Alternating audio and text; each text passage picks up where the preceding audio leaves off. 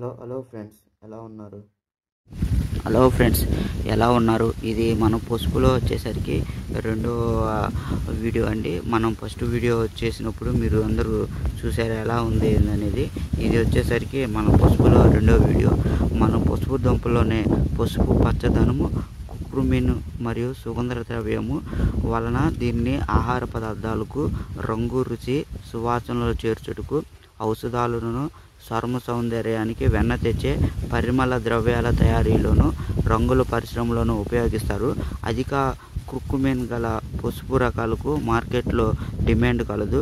మన రాష్ట్రంలో దాదాపు 1,53,400 ఎకరాల్లో సాగు చేస్తున్నారండి. పసుపు అనేది 4,17,810 టన్నుల దిగుబడి వస్తుంది. ఆంధ్రప్రదేశ్ పసుపు పండించే ముఖ్యమైన ప్రాంతాలు కనుక చూస్తే ఉమ్మడి ఆంధ్రప్రదేశ్లో నిజామాబాదు, కరీంనగర్, మెదక్, ఆదిలాబాదు, అలానే వరంగల్, కడప, కర్నూలు, గుంటూరు, కృష్ణా, విశాఖపట్నము, కొంతవరకు ఖమ్మము, తూర్పు, పశ్చిమ గోదావరి మరియు శ్రీకాకుళం జిల్లాల్లో ఈ జిల్లాల్లో ప్రధానంగా పసుపు అనేది పండించడం అనేది జరుగుతుంది. చిన్న దేశాలైనటువంటి జమైకా, తైవాను దేశాల్లో పసుపు నాణ్యమైన పసుపును మన దేశం కన్నా పసుపు కన్నా ఎక్కువ నాణ్యమైన పసుపును పండిస్తున్నారు. అక్కడ నాణ్యమైన పసుపును మనకంటే తక్కువ ధరకు అమ్మటానికి అంతర్జాతీయ మార్కెట్లోకి పోటీ పడుతున్నాయి. కావున అంతర్జాతీయ మార్కెట్ను దృష్టిలో ఉంచుకొని నాణ్యమైన పసుపును పండించాల్సిన ఆవశ్యకత ఎంతైనా ఉందండి. అధిక కుర్కుమిన్ కనుక 5.5 కనుక కుర్కుమిన్ కనుక ఉంటే ఆల్పీ పసుపుకు మన దేశంలోనే ఆల్పీ అనేది కేరళలో ఉంది. మంచి డిమాండ్ ఉంది. మనం కనుక వాతావరణం కనుక చూస్తే పసుపుకి ఎలాంటి వాతావరణం ఏ విధంగా ఉండాలనే దానికి మనం కనుక చూస్తే పసుపు దుంపజాతికి చెందిన ఉష్ణమండల పంట అండి. తేమతో కూడిన వేడి వాతావరణం అనువైనది. మనం కనుక చూస్తే చేనంతా మీకు కనిపిస్తుంది. మనకి చేనంతా వేడి వాతావరణం ఉండాలి. సూర్యుడి ఉష్ణోగ్రత కూడా మన ప్రాంతానికి ఎక్కువగా ఉంటుంది. మీరు కింద చూస్తే పసుపు కొమ్ములు అనేది మీకు కనిపిస్తున్నాయండి. నాటిని ఎలా వేసారు అనేది మీకు దగ్గర చూస్తే మీకు అర్థమవుతుంది. ఇవన్నీ పసుపు కొమ్ములు. పసుపు కొమ్ములు అనేది మనం అధిక ఉష్ణోగ్రత ఉన్న ప్రాంతంలోనే పండుతుంది. వర్షపాతము 1200 నుంచి 1400 మిల్లీమీటర్లు ఉండాలండి. వర్షపాతం వచ్చేసరికి 1200 నుంచి 1400 మిల్లీమీటర్లు ఉండాలి. అలానే నీటి వసతి ఉన్న ఏ ప్రాంతంలోనైనా కానీ పసుపు పండించవచ్చు. నేను మొలకెత్తేటప్పుడు ఈ యొక్క పసుపు ఏదైతే ఉందో ఇది మొలకెత్తేటప్పుడు ఇంకో వీడియోలో వస్తుంది. ఈ మొలకెత్తేటప్పుడు దాదాపు మనకి 25 నుంచి 35 సెంటీగ్రేడ్స్ ఉష్ణోగ్రత అవసరము. అలానే వర్షపాతం గల ప్రాంతాల్లో కూడా 600 నుంచి 700 మిల్లీమీటర్ల వర్షపాతం పడే ప్రాంతాల్లో కూడా పసుపు పండుతుంది.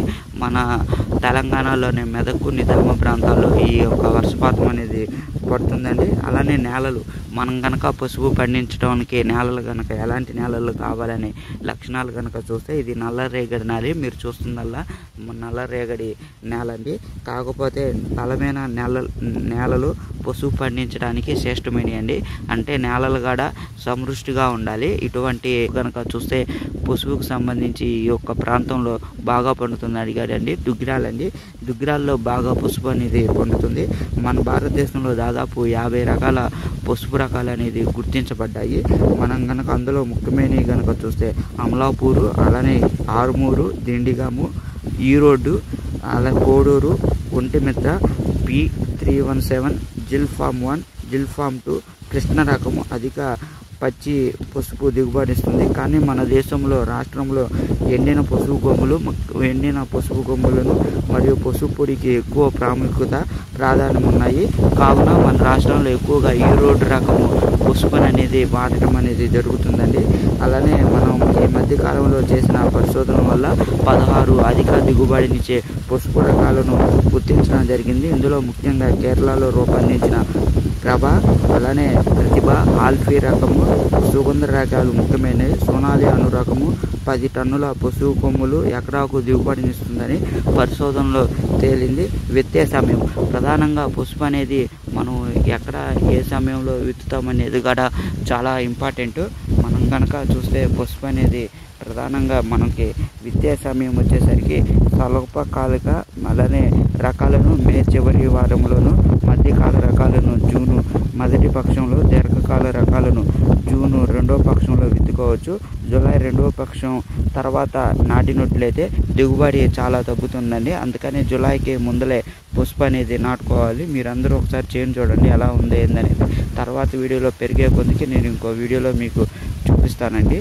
ఇప్పుడు ప్రస్తుతానికి మీరు చూడండి పసుపు అనేది ప్రధానంగా మనం విత్తుకునే కాలం మాత్రం జూలైకి ముందే పసుపు అనేది విత్తుకోవాల్సిన అవసరం ఉంటుంది.